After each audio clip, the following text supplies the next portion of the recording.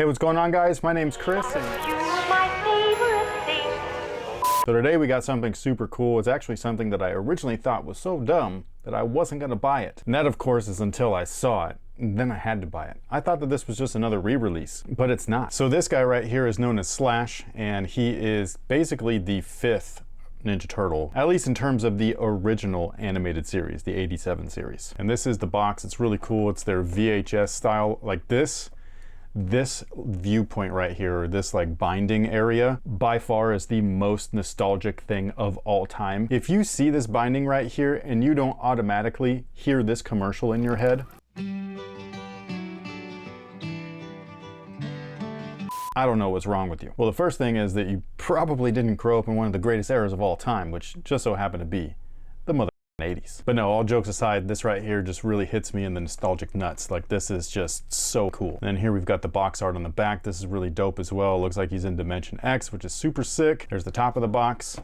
You can open the box, and that is awesome as well. I love that they actually like pose and, you know, do like legitimate toy photography with their action figures. It's so sweet. And if you wanted to know anybody that worked on the project, there you go. It's right there in the top left corner. But like I was saying, I thought that this was just a re-release of this guy right here, which I already purchased. And as soon as I saw this in store, I was like, holy crap, that is not the same figure. So this is what he looks like in his blister. There's actually so many accessories that they've taped on a back piece to it, which is so cool. And here he is, folks. This behemoth is so cool. So freaking cool. Just comparing him to the other one, or the original release, I guess you can call it, there really is no comparison size-wise. He's so much taller than him.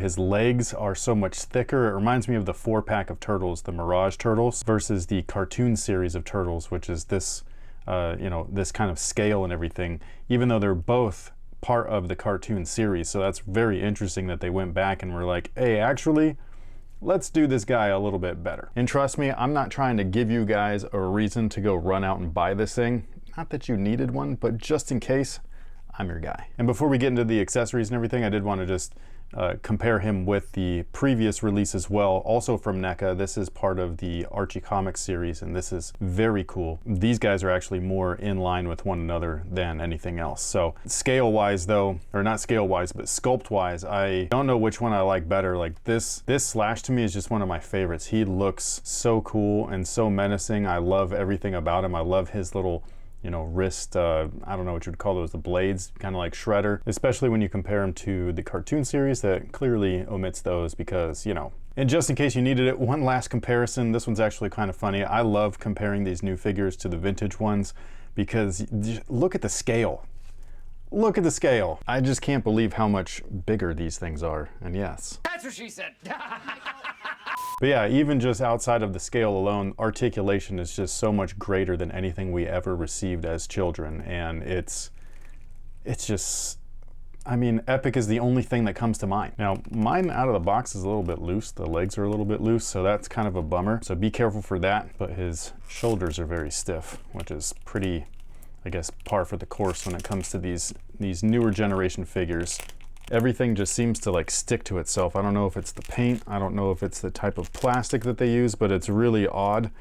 Sometimes, I've explained this before, but sometimes the joint just doesn't want to move, and I just leave it. I'm like, forget that, man. I'm not trying to break anything again. And it's funny because I've broken more of these kind of toys as an adult than I ever broke as a kid. But yeah, pretty much standard articulation. You got the shoulders and, you know, the bicep swivels, double joints at the elbows and knees, and all that kind of good stuff. Ball joint on the head. Not much articulation, pretty limited. Like, that's about as far up as he can go. That's about as far down, even though the down's pretty good. And the shell is really interesting. There is a torso joint in there, which is cool. So you can kind of rock that back and forth if you wanted to. Make him look like a crying, whining baby. But yeah, so far, this is badass. Now, as far as accessories are concerned, he comes already equipped with the 2 fists, but he also comes with 2 of these gripping hands right here, which both look amazing. And then he also comes with these tighter gripping hands, so this is more for the weapons. And speaking of which, this is one of them. It's this big old ray. One of the things that I think that NECA is the best at is attention to detail, and I'm not talking about the sculpts or the paint apps or any of that stuff. I'm talking about like the source material. The stuff that they include with their figures, it doesn't matter if it's from a comic book, if it's from one single frame in a TV show or a book, if they think it's cool and they think that it's got some sort of toyetic appeal, it's going to be made. And it's so crazy that that's what they do. Like, tell me, wouldn't it just be a dream job to sit there and rewatch all of this old media that we used to consume as kids on Saturday morning and then turn it into, or at least have the power to potentially turn it into something like this? I would love that. He also comes with this blaster right here, which looks fantastic. Comes with this little rocket as well. And yes, he comes with the backpack that also came with the original release. So just a size comparison on these two. I mean, geez, like what the heck? I love his secondary face sculpt. This is super cool.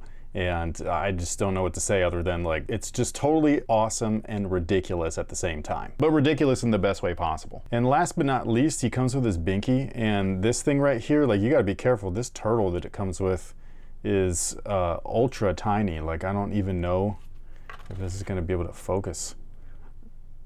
Like, it's, come on, you almost got it. There you go. Or do you? I don't know. I can't even see the damn viewfinder. It's so tiny. But yeah, this is just really, really crazy. Like, this is so small. Whoop. Yeah, and I almost just lost it. So this stuff is going back in the box for sure, because I will lose this crap. But there's a definitive space for the binky to sit in. And so once you put that in there, you can try to put the turtle in there. I mean, my fingers are a little bit big, so I feel like I need like tweezers or something, which is weird. But there he is. He's just in his little hut or house or whatever the heck you want to call that, his fishbowl. And it's totally awesome. But yeah, I absolutely love this thing. I think it's so cool. I'm glad that I wasn't a total idiot and decided, no, I already have one. I don't need this one. This one I do find to be a little bit better than the original, even though the original is still great. This one is just that much cooler. And just in case you wanted a little backstory on the character, Slash actually made his debut in the 1987 Teenage Mutant Ninja Turtles animated series. However, he wasn't introduced until 1990, and he was actually a pet to Bebop and Rocksteady, which is exactly why it comes with the baby turtle and the little habitat, and why he calls the little palm tree his binky, because it was. But they also used a little bit too much mutagen on him, which made him mutate faster, which also made his intelligence very low. It also made his actions or reactions pretty erratic, and he just overall wasn't exactly what they were anticipating them creating, which is not too much unlike their origin in and of itself. Now, in the comics, he was actually introduced in Teenage Mutant Ninja Turtle Adventures, issue 23. He eventually went on to become the co-founder and leader of the Mighty Mutanimals, which was essentially a team of mutant misfits. We saw him in animated form once again in 2012, which I think personally is the best animated series of Teenage Mutant Ninja Turtles. I do think that the 2003 series is amazing. It's probably the most comic accurate, but as far as the most overall fun that I've personally had in watching a series, the 2012, or what I like to call the Booyakasha Turtles, just hands down wins that one. I had the most fun watching that from start to finish. There was some really crazy things that happened. Ice Cream Kitty is amazing, and so is the song. There were some really cool side stories as well that came out as kind of like an Elseworlds or a Tales of the Teenage Mutant Ninja Turtles, which is also another comic book line or series within, you know, the comic book universe. And it was just really dope. But in that 2012 series, he was actually known as Spike, which was Raphael's pet turtle. And then he got mutated, and he did not turn into a dimwit. He was actually a really fierce, almost predatory type of creature or mutant. It was super dope. He was a snapping turtle. It was awesome. But anyways, this figure right here is just fantastic. I really love it. I love the sculpts. I love the paint applications. I love that it looks directly pulled out of the TV screen. The playability factor is there. The posability factor is there as well. You can get this thing looking really, really cool, especially if you start using the accessories, which again, I'm putting way back in the box because I am not trying to lose anything. The most that I would keep out of there is one of these like ray guns, and then the backpack I will put on the backpack, and that's it. But yeah, outside of that, I think that this is a great figure. If you run into it, I would highly recommend. I think that this is so much fun, or something like this is so much fun, and I hope that you guys had fun taking a look at it with me. I'm still having a little bit of a hard time getting his joints to move. These things are really, really tight at first, man. It's like trying to move my own body. As soon as you hit 30, dude, I'm serious. You turn into one of these action figures and it sucks. I mean, the action figures don't. My body sucks. But yeah, that pretty much takes care of it. Let me know what you think about this guy down below in the comment section. Did you run into him yet? If you did you buy him? If you have, what do you think about him? Do you have the original, so are you planning to pass until you run into him? Because I know that you're gonna buy him as soon as you do. I know you will. You're just like me. And I do it all the time. Thank you once again for being here. I really appreciate it. This has been so much fun so far, and I can't wait to do more stuff. I got so much stuff.